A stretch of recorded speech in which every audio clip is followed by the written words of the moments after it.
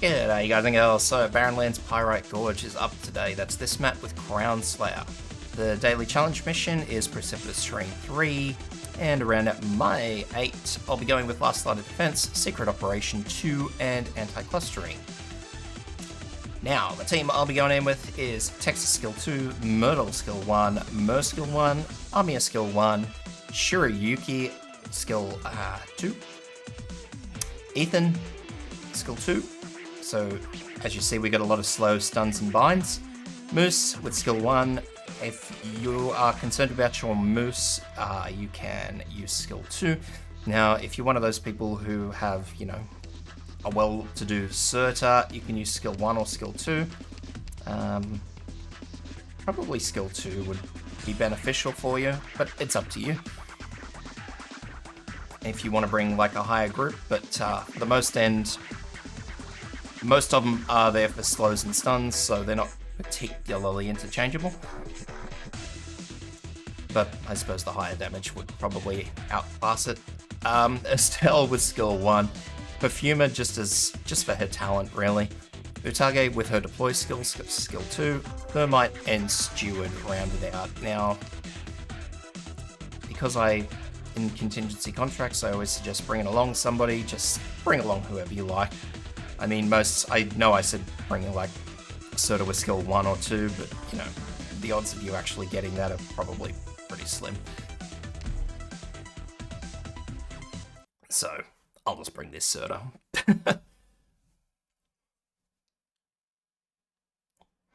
I'll grab this one.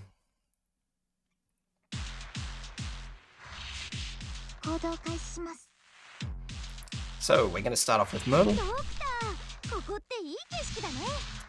Then we're going to deploy Texas, use the skill.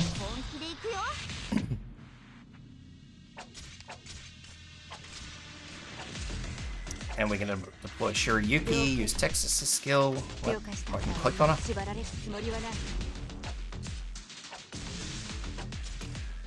Deploy Moose, just here.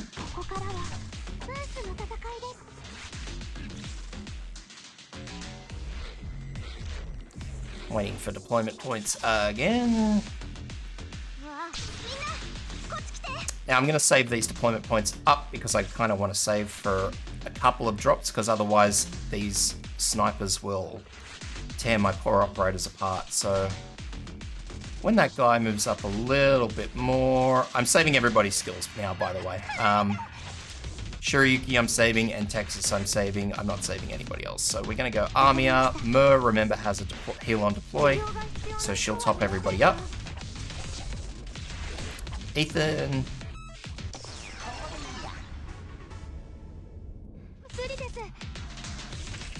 Fast forward a bit. Use Shirayuki's skill when Crown Slayer starts to move forward. So, about now. And the reason for that is that you need to make sure that the skill is active, otherwise she'll throw and stun this guy here that's walking up. So now, from here, we're going to play it by ear because I don't know what's going to happen with Ethan. Ethan's skill, Texas's skill, which I timed way too early because Ethan stunned Crown Slayer, but that's okay. I need to get this sniper thing out of the way. So, when Crown Slayer jumps there, we're going to deploy Utage, who's going to block Crown Slayer and do damage. Now, Utage will probably get stunned or die because of this sniper, but that's okay. We just need her there to do some damage to Crown Slayer.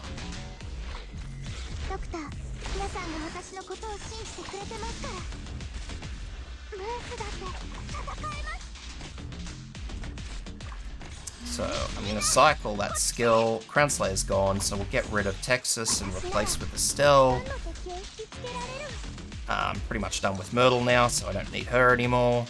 So as you see, Perfumer's basically just stunned the whole damn time. But her map-wide heal talent keeps healing, even when she's stunned, so who cares? Whether she's stunned or not, who cares? So what we're going to do from here is we're going to deploy Steward here.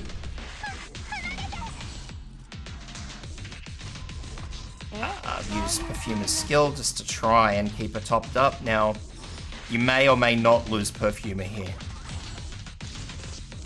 So, for these first set of wraiths, we'll get Shirayuki's skill onto them, because I also want to get this Defense Crusher with Shirayuki's skill.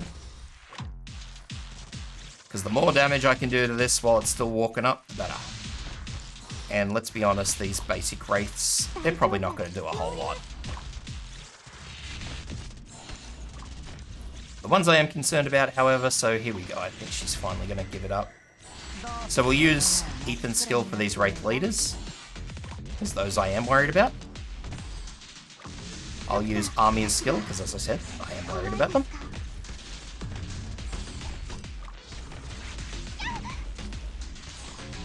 Texas is ready, so we're going to pop Texas back in here.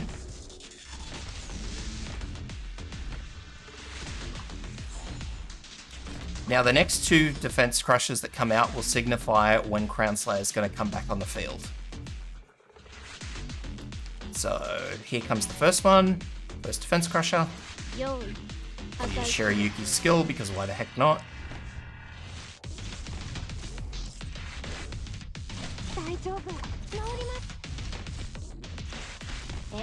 And I'm going to pull out Perfumer, because I don't need her anymore, because I need to redeploy another operator. So what's going to happen is when the next theory is, so Crown Slayer is going to come out, we'll skip over to Shirayuki, not Shirayuki, sorry, over to Utage, then I'm going to stun with Texas, then I'm going to drop Thermite. And she's going to explode. After that, we don't need to target. I can use Armia's skill to knock out that defense crusher, and Ethan will tidy up the rest simply enough. If you want to yank out or leave Texas, that's up to you. Her second skill will hit in the center here, so if you're terribly concerned about anything running through, I definitely don't need Steward.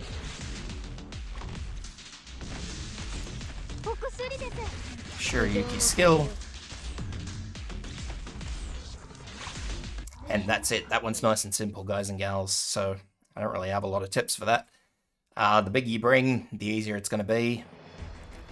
The more you can slow them down, the easier it's going to be. So instead of, say, Perfumer, you could bring Angelina with skill 3, for example, and absolutely belt everything. It's up to you guys. But anyway, hope that helps, guys and gals. If it does, please leave me a like and subscribe.